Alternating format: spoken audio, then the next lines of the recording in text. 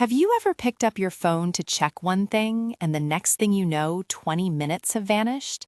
Perhaps you felt that familiar buzz in your pocket, only to discover your phone was silent, or found yourself scrolling mindlessly when you know there are more important things to do. You're not alone. In our hyper-connected world, our phones have become extensions of ourselves, indispensable tools for work, communication, and connection. Yet for many, this constant digital companionship has a downside, morphing into something that feels less like a choice and more like a compulsion. Welcome. Today, we're going to delve into a topic that touches nearly all of us: phone addiction, or as experts prefer to call it, problematic smartphone use. It's a burgeoning concern, characterized by an obsessive and compulsive reliance on our devices, often despite negative consequences. Think of it like a behavioral addiction, sharing characteristics with conditions such as gambling disorder.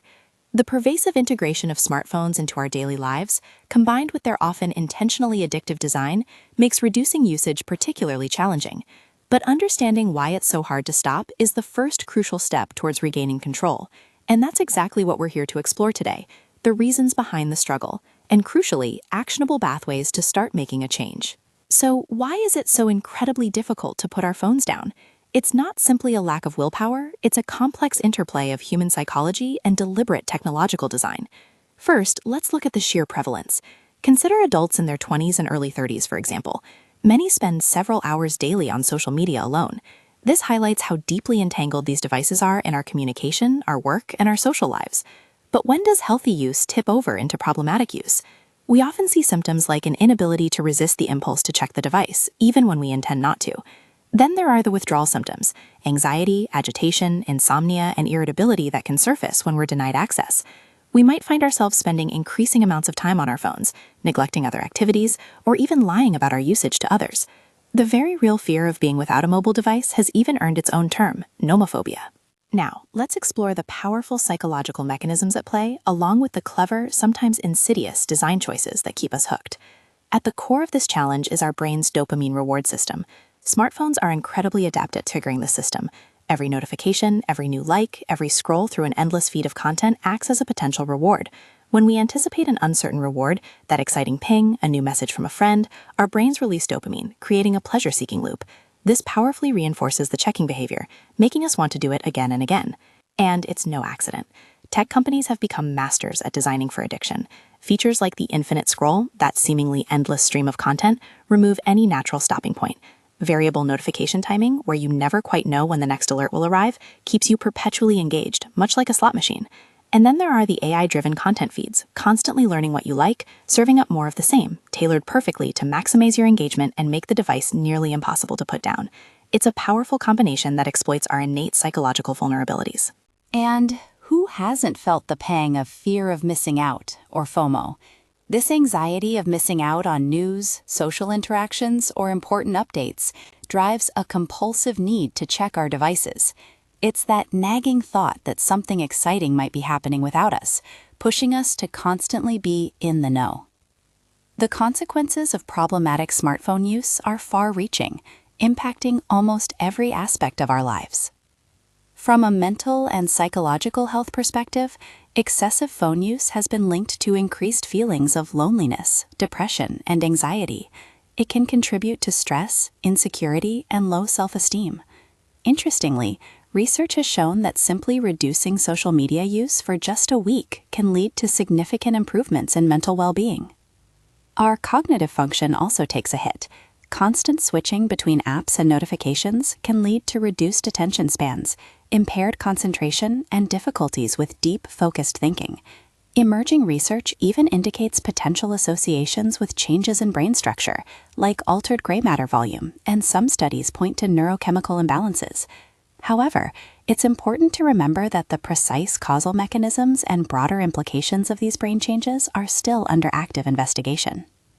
Physical health can suffer too. The blue light emitted from our screens, especially before bed, disrupts our sleep cycles. Reduced physical activity due to extended screen time can lead to lower fitness levels and unhealthy eating habits. We also see increases in issues like neck pain, eye strain, and migraines. On a social and relational level, our phones can create a paradoxical sense of connection while fostering real-life isolation. They can impair our in-person relationships, leading to conflicts and prioritizing virtual interactions over meaningful face-to-face contact. You've likely seen it, a group of people sitting together, all silently looking at their phones. And let's not forget performance and safety. For students, problematic phone use is linked to lower academic performance and GPAs. In the workplace, productivity can suffer. And critically, distracted driving due to phone use dramatically increases the risk of accidents, sometimes with tragic consequences. This isn't a phenomenon going unnoticed. Researchers and psychologists like Dr. Stefano Vicari and Professor Jean M. Twenge are studying its effects. Tech giants such as Apple, Google, Meta, and TikTok are at the center of the debate, often accused by former insiders, like Tristan Harris of the Center for Humane Technology, of exploiting psychological vulnerabilities through persuasive technology. We're also seeing an increase in support from healthcare providers and advocacy groups, and even emerging legal challenges from parents and school districts against these tech companies. The primary affected population spans all demographics, but adolescents and young adults are particularly vulnerable. But here's the good news. Recognizing the problem is the first and most critical step, and there are effective strategies for stopping or reducing problematic phone use, ranging from self-help techniques to professional interventions. Let's start with self-help techniques, things you can begin implementing today. One of the easiest places to begin is with notification management. Turn off all non-essential notifications. Do you really need to know every time someone likes your post or when a game wants your attention? Use Do Not Disturb modes, especially during focused work or family time. Some people even switch their phone screen to black and white to reduce its visual appeal, making it less enticing. Next, set clear boundaries. Establish phone-free times and zones.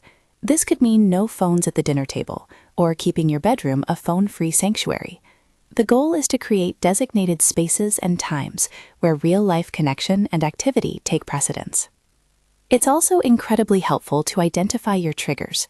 What emotions or situations prompt you to reach for your phone? Is it boredom, stress, loneliness?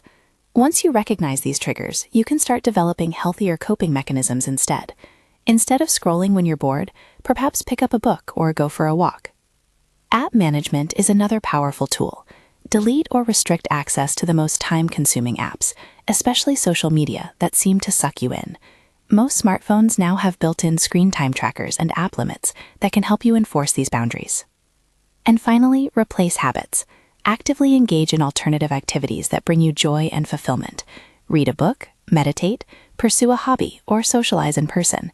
The key is to fill the void left by reduced phone use with enriching real-world experiences. For some, self-help techniques may not be enough, and that's perfectly okay.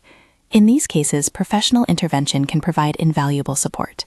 Cognitive behavioral therapy, or CBT, is highly effective, helping individuals identify and change problematic thought patterns and behaviors related to phone use.